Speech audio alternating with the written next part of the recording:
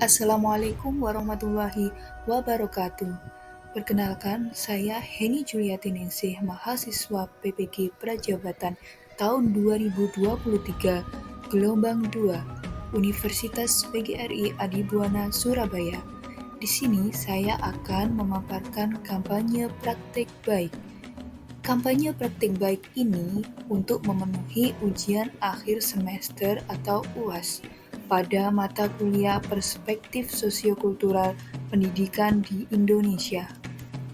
Untuk judul kampanye praktik baik ini yaitu penerapan scaffolding pada Zone of Proximal Development atau ZPD dalam memenuhi kebutuhan belajar peserta didik pada materi dekomposisi bangun datar kelas 4C SDN Gebraun 2 Surabaya. Yang pertama, yaitu scaffolding. Scaffolding merupakan metode mengajar dengan jalan menyesuaikan tingkat dukungan guru agar sesuai dengan potensi yang dimiliki peserta didik. Aktivitas dalam penerapan scaffolding.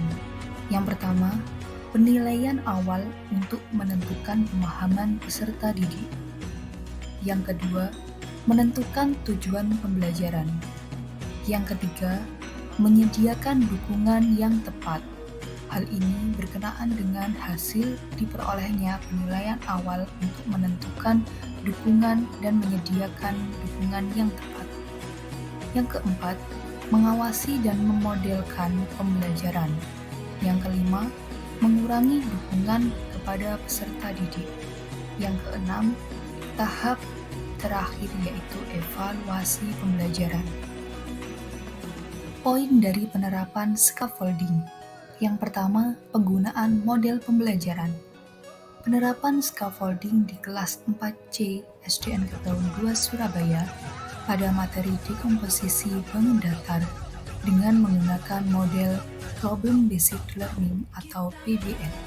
Selain itu juga menerapkan pembelajaran berdiferensiasi. Beberapa bentuk scaffolding yang diterapkan guru dalam pelaksanaan pembelajaran. Yang pertama, scaffolding dilakukan secara individu kepada peserta didik.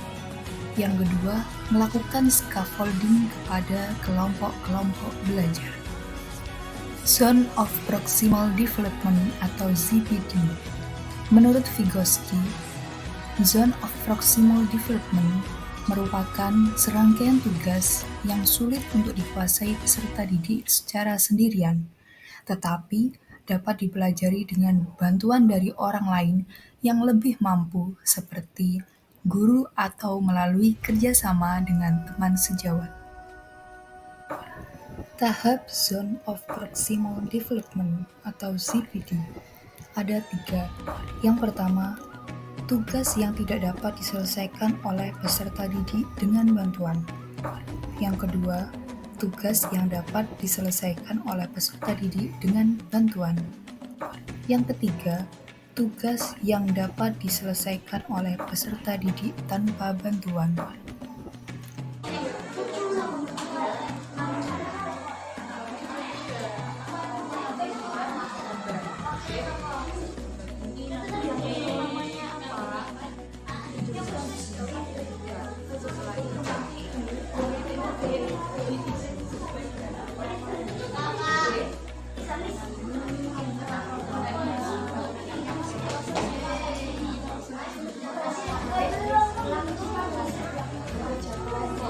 Intervensi terkait penerapan scaffolding pada Zone of Proximal Development atau ZPD.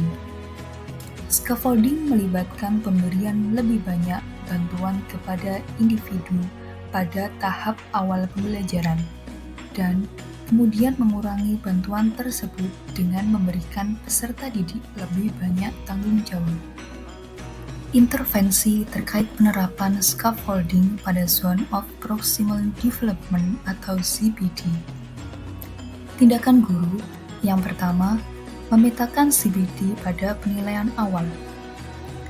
Guru melakukan pemetaan ZPD dengan menggunakan penilaian awal.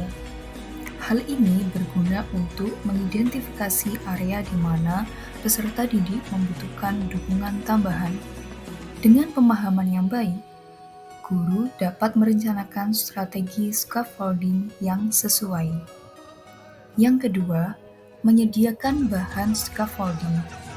Pada hal ini, guru menyediakan bahan belajar yang mendukung untuk membantu peserta didik dalam mencapai tujuan pembelajaran.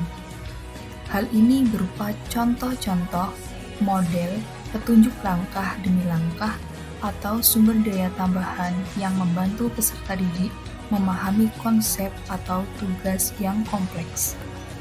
Yang ketiga, memodelkan dan menjelaskan. Guru menjadi model bagi peserta didik dengan secara jelas menjelaskan konsep atau tugas yang kompleks, serta mendemonstrasikan proses berpikir dan tindakan yang diharapkan. Guru juga dapat menguraikan langkah-langkah yang diperlukan, menggambarkan pemikiran yang terlibat, dan memberikan contoh konkret untuk membantu peserta didik memahami dan menerapkan konsep tersebut.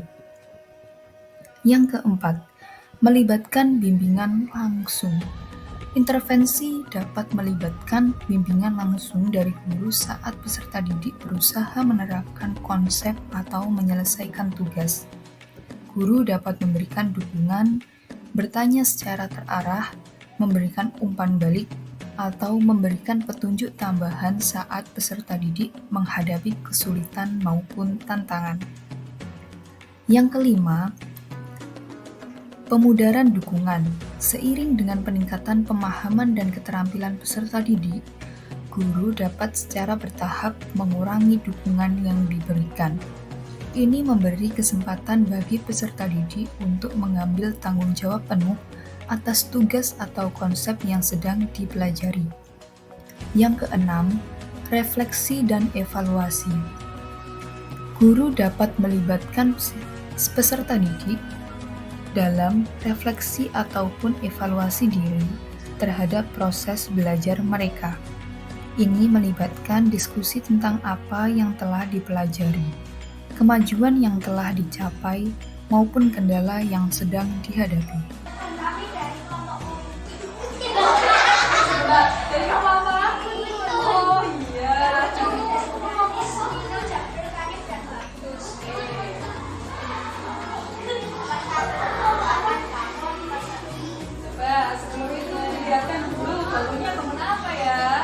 Bentuknya apa itu teman-teman?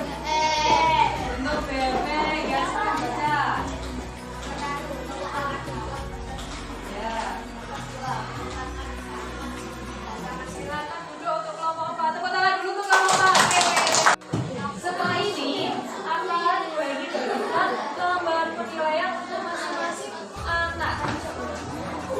Nanti kalian disuruh bapak mengerjakan soal yang ada di lembar penilaian ini untuk dekomposisikan atau memulaikan. Ya, kalau kemarin kita komposisi, sekarang kita memulaikan. Ya, sudah siap? Sudah dibagikan ya? Iya.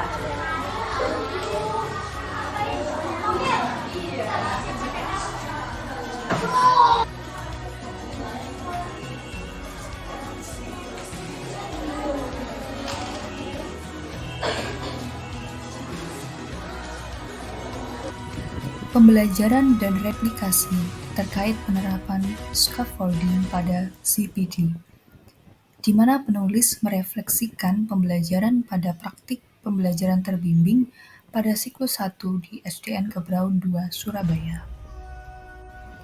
Itulah pemaparan saya mengenai kampanye praktik baik. Terima kasih, semoga bermanfaat. Wassalamualaikum warahmatullahi wabarakatuh.